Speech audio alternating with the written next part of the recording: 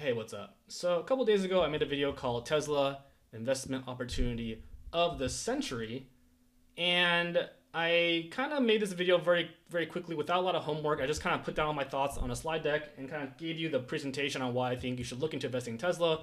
One of the things I didn't really do, I didn't really get into the numbers, and I figured, hey, actually, I saw a lot of interesting data just this week, so I put together a couple of pages that I think you might find interesting. If you only read headlines of Tesla news, you might think one way based on how the news is written, but hopefully some of this data will enlighten you or at least make you more curious to look into Tesla.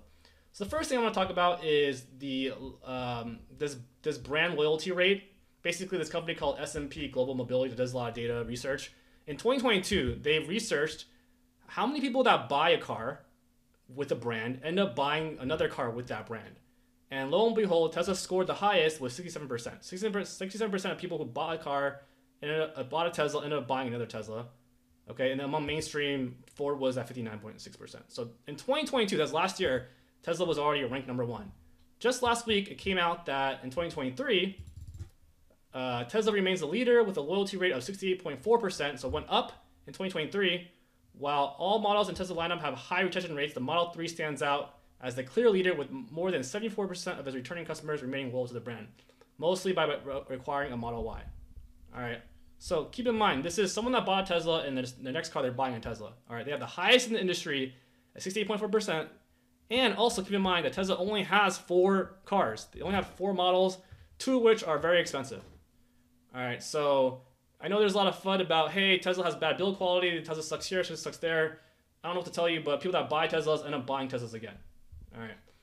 Now let's talk about growth. I showed you that chart about Tesla kind of growing exponentially in my last video. The same guy that made that chart, James Stevenson, he has a lot of cool data. So one of the things that he pointed out, which I thought was very interesting, was that right now you see a lot of articles coming out about how cars are growing from 2022. What you don't know in 2022 is there was a shortage and there was COVID and cars sales fell dramatically, right? So if you take a look at from 2021, this is quarter 3 2021. Basically, this means from January to September of 2021 versus January to September of 2023. How is the car volume growth? This is among all cars within US, not just EVs. Other than Tesla, that's growing at 114%. GM, Ford, Hyundai, BMW are growing, 11.864%. Subaru's growing at 1%. Everyone else is losing volume between 2021 and 2023. All right. I mean, you may say, hey, Tesla has a lower base. Yeah, that's fine. But directionally, this is where things are going, right? If you take a look at between 2022 and 2021, everyone lost volume due to chip shortages, but somehow Tesla was able to maintain that volume. All right. So just keep this in mind. In terms of trends, one company is growing a lot, other companies are not growing a lot. All right. Now, let's go into, I mentioned this earlier, the best-selling car in the world is a Tesla Model Y. All right. I just want to put that out there. Tesla Model Y is the best-selling car in the world. They sold 427,000 units so far. I think this is from January to August of 2023.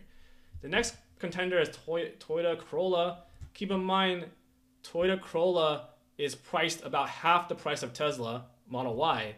So they're selling more cars with more volume. You can be incredibly sure that their profit margins are a lot more. I think it's probably 8 to 10x more per car. All right. So just want to throw it out there. Tesla Model Y is the best-selling car in the world. All right. If you guys are saying, hey, they're not doing volume because they're just starting small. They're the best-selling car in the world, literally. When you Google best-selling car in the world, this is the first page that came up for me. The second page that came up for me was called, is Tesla Model Y the best-selling car? Nope, not even close. So technically in quarter 1, I think Tesla Model Y was already the best-selling car. This guy, Todd Lassa, wrote this article, and I just had to call it out. It doesn't make any sense. I don't know what his job is, but basically he wrote in July, so this is July, he's writing about Q1. Problem is, on the charts we could find from Tesla, as well as whatever electric blah blah blah blah, they can only find Model 3 and Model Y grouped together. So I don't know. 3 months later, he couldn't find just Model Y by itself. Okay, so he's telling me a number for the whole quarter of Model 3 and Model Y, and then he reached out to Toyota for Corolla's numbers, and Corolla said to him they sold 740,000 561 Corollas worldwide in the first quarter of this year, counting all versions, including the Cross. That's about 75% more than Tesla. So he's saying, hey, in Q1 of this year, Toyota sold 740K cars, including the Cross, whereas for some reason we're going to group Model 3 and Model Y together and say they sold 412,000. So I don't think that's true, because if you Google how many Corollas sold in all of 2022, it was 1.12 million. So if you're going to sell 1.12 million, that's about 250K a quarter. How are they going to sell 750K in one quarter, right? Also, why are you including Corolla Cross? I never heard of it, but this is what the Corolla Cross looks like. I think everyone knows what Toyota Corolla looks like, right? So obviously it's not the same fucking car. I don't know why you're grouping together. And also, Corolla Cross sold 56,000 cars. So I don't understand how this guy got this number. Why is this the second ranked article when you Google best-selling car in the world? Why didn't they correct it? I don't know, but that's out there. All right. So let's see here. Also, I want to show you another chart I saw, which is this one. This is January through August for EV sales in the world, not just America, in the world, okay? So keep in mind, some of these lines, you see the dark green, the light green, that's because plug-in EVs are not the same as EVs. So Tesla, you can see they're the top, right? And then you have BYD, Song. They have a lot here, but you know, actually they only sell this many EVs. Tesla Model 3 is a second, okay? Tesla Model 3 is actually the 10th best-selling car in the world, not including regular cars.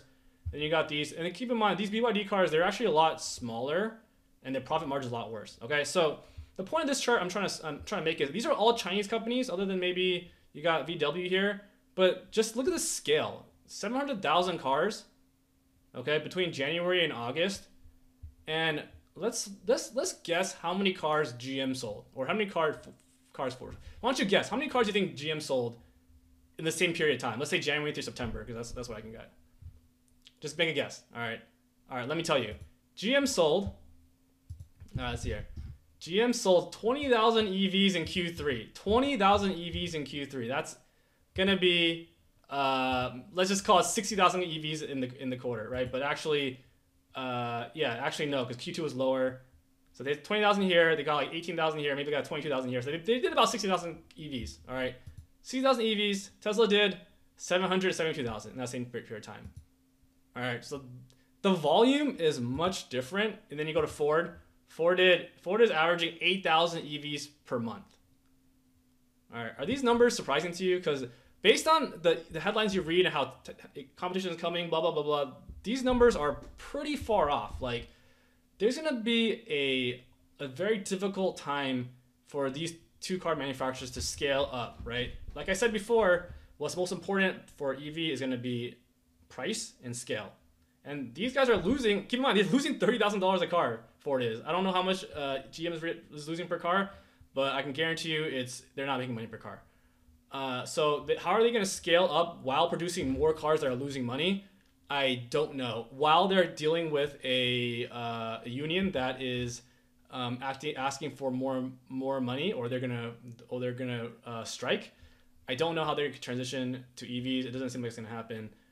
I hope these numbers kind of open your eyes a little bit to why Tesla is going to dominate the electric car market, if they're not already. If you haven't seen my last video, check that one out. But yeah, hope this helps.